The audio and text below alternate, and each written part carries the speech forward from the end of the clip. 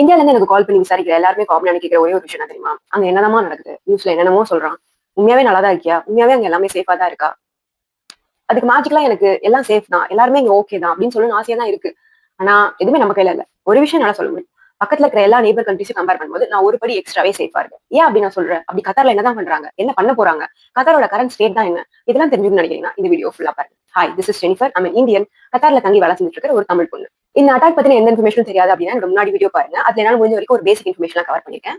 சரி, இப்போ கத்தார் பத்தி வருவோம். கத்தார்ல பிரச்சனைகள் இருக்கு. எல்லாரும் மாதிரியும் இந்த கண்ட்ரிலயும் அட்டாக்ஸ் நடக்குது. ஆனா நான் ஏன் சேஃபா இருக்கும், ஏன் பரவாயில்ல அப்படின்னு நான் சொல்றேன்னா, அது கத்தாரோட சிஸ்டம். அது த வே கத்தார் ரெஸ்ட். இந்த இமேஜ் பாருங்க. இந்த இமேஜ் பாத்தீங்கன்னாலே உங்களுக்கு புரியும் எந்த அளவுக்கு கத்தார் வந்து சேஃப்டியை ப்ரையாரிட்டைஸ் பண்றாங்க அப்படின்னு சொல்லி. இது வரைக்கும் எத்தனை ட்ரோன்ஸ், எத்தனை மிசைல்ஸ், எத்தனை ஃபைட்டர் ஜெட்ஸ் அவங்க டிடெக்ட் பண்ணிருக்காங்க, அதுல எத்தனை வந்து அவங்க இன்டர்செப்ட் பண்ணி காலி பண்ணிட்டாங்க அப்படின்றத ஒரு கிளியரா இன்னைக்கு வரைக்கும் அவங்க கன்சால்டேட் பண்ணி கொடுத்துட்டு இருக்காங்க. இன்னைக்கு மட்டும் கொடுக்கல, இது டெய்லியும் அஃபிஷியல் டிஃபென்ஸ் சைட்ல இருந்து அப்டேட் வந்துகிட்டே தான் இருக்கு. இதுல பார்த்தாலே கிளியரா புரியும்.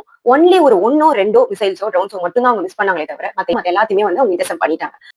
இந்த மாதிரி ஏர்ஃபோர்ஸ்ல ஃபைட் பண்ணிக்கும் போது சிவிலியன்ஸ்க்கு எது ரொம்ப பாதிப்பு கொடுக்கும்னா, இந்த ஒரு ட்ரோனோ ஒரு மிசைலோ நம்ம இன்டர்செப்ட் பண்ணி கவிழ்க்கும் போது அதுல இருந்து உடஞ்சு விழுற பார்ட்ஸ் வந்து நம்ம எங்க விழும் அப்படின்னு எக்ஸாக்டா கணிக்க முடியாது. அது வந்து விழும்போது தான் அது வந்து இங்க இருக்கிற சிவிலியன்ஸ்க்கு அது ஒரு பெரிய ஒரு த்ரெட்டா இருக்கும். அதை வந்து இவங்க என்ன பண்றாங்கன்னா, அந்த ரேடாருக்குள்ள வரும்போதே வெளியில, அதாவது ஒரு கடல்லையோ இல்ல சிவிலியன்ஸ் இல்லாத ஒரு ஏரியாலையோ அதை கவிழ்க்கணும் அப்படின்னு சொல்லி இன்னுமே வந்து ஒரு ஒரு லெவல் அதிகமா இவங்க சேஃபா ஹேண்டில் பண்ணிட்டு இருக்காங்க. செகண்ட் விஷயம் என்னன்னா, அந்த ப்ராப்பர் கம்யூனிகேஷன். நம்ம நாட்டுல நம்ம என்ன பண்ணுவோம்னா, ஒரு 2, 3 நியூஸ் மாத்தி மாத்தி வச்சு பார்ப்போம். உண்மையாவே நடந்திருக்கா? இந்த நம்பர்ஸ் எல்லாம் கரெக்டா தான் இருக்கா? ஒருவேளை இப்படி இருக்குமோ, ஒருவேளை அப்படி இருக்குமோ அப்படின்னு சொல்லிட்டு நம்ம பயப்படுவோம். ஆனா இப்ப எப்படி தெரியுமா? டைரக்டா அது நடக்க நடக்க அந்த அபிஷியல் பேஜ்லயே நமக்கு கரெக்டான நம்பர்ஸ் வந்துட்டே இருக்கு. அவங்க கிட்ட இருந்து எல்லா இன்ஃபர்மேஷன் வருது. எப்படி சேஃப்டியா இருக்கணும், என்ன நடந்துட்டு இருக்கு. சோ நம்ம எந்த ரூமர்ஸையும் பார்த்துட்டு நம்ம பயந்துட்டு இருக்க தேவையில்ல. அந்த ப்ராப்பர் கம்யூனிகேஷன் இங்க பக்காவா இருக்கு. Next, emergency alert. இப்ப இந்த இடத்துல ஒரு பொட்டன்ஷியல் த்ரெட் இருக்குன்னா அப்பவே என்னோட போன்ல அலாரம் அடிக்குது. அதாவது வித் ப்ராப்பர் இன்ஃபர்மேஷன், வெளியில போகாதீங்க, இப்படி இருங்க, இது நடக்குது அப்படின்ற மாதிரி ஒரு அலர்ட் வந்து நமக்கு எல்லாரோட போனுக்கும் வருது. ஈவன் போன் சைலண்ட்ல இருந்தாலுமே கூட நமக்கு வந்து சவுண்டா ஒரு வைப்ரேஷனோட நல்லாவே அலர்ட் அடிக்குது. அது வந்து நம்மள ஒரு ப்ரிப்பேர்டா வச்சுக்கிறதுக்கு ஹெல்ப்ஃபுல்லா இருக்கு. இது எல்லாத்தையும் விட எனக்கு ஒரு விஷயம் ரொம்ப இம்ப்ரெசிவா இருந்துச்சு. ஃபார் எக்ஸாம்பிள், நம்ம நாட்டுல இப்போ வந்து இப்படி ஒரு போர் வரப்போகுது அப்படின்னு சொல்றாங்க. அப்படி இல்ல, ஒரு புயல் வரப்போகுது, ஒரு வெள்ளம் வரப்போகுது அப்படின்னு சொல்றாங்கன்னு வச்சுக்கோங்க. நம்ம முதல் வேலையை என்ன பண்ணுவோம்? எடு பை இருக்கிற எல்லாத்தையும் எடு, ஓடிப்போ கடையில எல்லாத்தையும் வாங்க, ஒரு 10 நாள் 20 நாளைக்கு தேவையான எல்லா ஜாமாவையும் வாங்கிட்டு வந்து குமிச்சிடலாம். அவனுக்கு கிடைக்குமா, இவனுக்கு கிடைக்குமா, நம்மளே ஒரு 10 பாக்கெட் பால் வாங்கிட்டு வந்தோம்னா மத்தவனுக்கு பால் கிடைக்குமா? அதெல்லாம் நம்ம யோசிக்க மாட்டோம். எல்லாத்தையும் வாங்கிட்டு வந்து வீட்டுல குமிச்சிருவோம். இந்த மாதிரி ஒரு சிச்சுவேஷன் வந்துடக்கூடாதுன்னு சொல்லிட்டு தேர்ட் நேஷனல் டெவலப்மெண்டல் ஸ்ட்ராட்டஜி 2024ல இது நடந்திருக்கு. அந்த ஸ்ட்ராட்டஜி கீழ ஃபுட் செக்யூரிட்டி அந்த டீம் இருப்பாங்க பாத்தீங்களா, அவங்க எல்லாமே பக்காவா ப்ரீ பிளான் பண்ணிருக்காங்க. என்ன ப்ரீ பிளான் பண்ணிருக்காங்கன்னா, அவங்களோட ப்ரொடக்ஷன் ரேட்டை பயங்கரமா இன்க்ரீஸ் பண்ணிருக்காங்க. வெஜிடபிள்ஸ்லாம் 55% அதிகமா, மீட்லாம் 30% அதிகமா, நார்மல் ஃபிஷ் எல்லாம் 80% அதிகமா, அண்ட் மில்க் மத்த டெய்லி ப்ராடக்ட்ஸ் எல்லாமே 100% அதிகமா. அதிகமானா எப்படின்னா, ஒரு எசென்ஷியலா 13 நமக்கு ஃபுட் ஐட்டம் தேவைப்படும்ல அது, பிளஸ் ஒரு 11 அக்ரிகல்ச்சரல் இன்புட்ஸ், இது எல்லாமே ஸ்டாக் வந்து எக்ஸ்பேண்ட் பண்ணி வச்சிருக்காங்க. எக்ஸ்பேண்ட்னா எத்தனை நாளைக்கு? நாளைக்கு இல்ல, 2 மாசத்துல இருந்து 8 மாசத்துக்கு வரைக்கும் போதுமான அளவுக்கு இவங்க கிட்ட ஸ்டாக் ஸ்டோரேஜ் இருக்கு.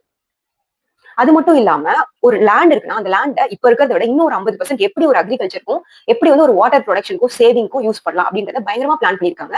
இந்த மாதிரி பிரச்சனை ஆரம்பிச்சுன்னு தெரிஞ்ச உடனே எங்களுக்கு வந்து முதல் மெசேஜ் என்னன்னா, தயவு செஞ்சு பல்க் பண்ணாதீங்க. இங்க இருக்கிற மேஜர் கடைங்க, மேஜர் இந்த சூப்பர் மார்க்கெட், அந்த பெரிய பெரிய இதெல்லாம் லுலுலா இருக்கும்ல, அந்த மாதிரி வந்து எல்லா இடமே 24/7 ஓப்பன்ல இருக்கும். ஸ்டாக் எப்பவுமே உங்களுக்கு இல்லாம போகவே போகாது.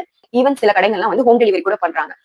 நல்லா இருக்கு. இது வந்து ஒரு ரொம்ப ரொம்ப பெரிய விஷயமா இருக்கு. அதனாலதான் நான் சொல்றேன், மத்த எல்லா கண்ட்ரீஸையும் விட, நெய்பர் கண்ட்ரீஸையும் விட ஒரு படி கத்தார் வந்து அவங்களோட சிவிலியன்ஸ, இங்க இருக்கிற ரெசிடென்ட்ஸ கொஞ்சம் எக்ஸ்ட்ராவே நல்லா கேர் பண்ணிக்கிறாங்க.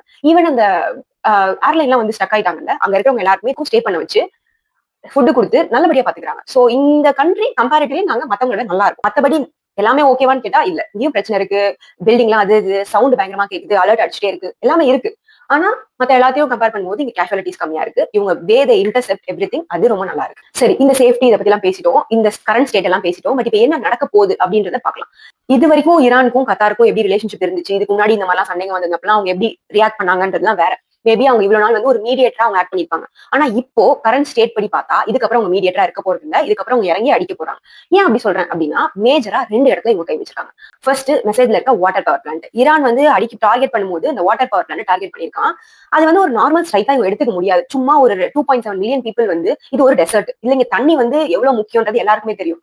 அதுல ஒருத்தவங்க வாட்டர் பவர் பிளான்ட் வந்து தூக்குறான்னா அப்போ வந்து அவன் பேசிக் நீட் ஆஃப் தி சிவிலியன்ஸை ஃபர்ஸ்ட் டச் பண்றான்னு அர்த்தம். இது வந்து அவங்களோட நெய்பர்ஹுட் ஒரு ஒரு ஒரு ஸ்மூத் ரிலேஷன்ஷிப் வச்சிருந்தாங்க பாத்தீங்களா, அதை உடையறதுக்கு ஒரு பெரிய ரீசனா இது இருந்துச்சு. செகண்ட், ரஸ்லஃபான்ல இருக்க ஒரு இண்டஸ்ட்ரியல் சிட்டியா வந்து விட்டுருக்கான்.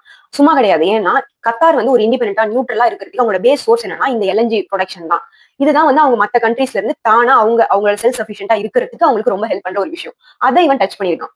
சோ இதுக்கப்புறம் வந்து நார்மலா இதுக்கு முன்னாடி ஒரு மீடியேட்டர் ஆக்ட் பண்ணிட்டு இருந்தவங்க இப்போ வந்து நாங்க மீடியேட்டர் கிடையாது, எங்களோட மிலிட்டரி ஃபோர்ஸும் இறக்கி அட்டாக் பண்ண ஆரம்பிச்சிட்டாங்க. அதுக்கு வந்து 2 ப்ரூஃப் என்னன்னா, ஃபர்ஸ்ட் யுஎனுக்கு வந்து அவங்க ஃபார்மலி ஒரு மெசேஜ் அனுப்பிச்சிட்டாங்க, ரைட் டு ரெஸ்பாண்ட். அது என்ன ரைட் டு ரெஸ்பான்ஸ்? அதாவது ஒரு கண்ட்ரி நம்மள அடிக்கிறானா, நான் அவனை திருப்பி அடிக்க தான் போறேன் அப்படின்னு சொல்லிட்டு ஒரு மெசேஜ் நம்ம அனுப்புறது. ஈரான் வந்து டைரக்டா பேசிஸ் மட்டும் அட்டாக் பண்ணாம பக்கத்துல இருக்க ஏரியாலாம் கொஞ்சம் கவர் ஆகுற மாதிரி, சிவிலியன்ஸ்க்குலாம் ஒரு கொஞ்சம் த்ரெட் கொடுக்குற மாதிரி அவன் சில அட்டாக்ஸ் நடத்திட்டான். அதனால இவங்க வந்து ஒரு மிலிட்டரி டிஸ்அக்ரிமெண்ட் மாதிரி வந்துட்டாங்க. எக்ஸாம்பிளா என்ன சொல்லலாம்னா, அந்த SU-24 சொல்லிட்டு ஒரு மேஜர் ஃபைட்டர் ஜெட் ஈரான்ல இருந்து, அதை வந்து கத்தாரு இறங்கி அவங்களோட மிலிட்டரி வச்சு அடிச்சு முடிச்சிட்டாங்க.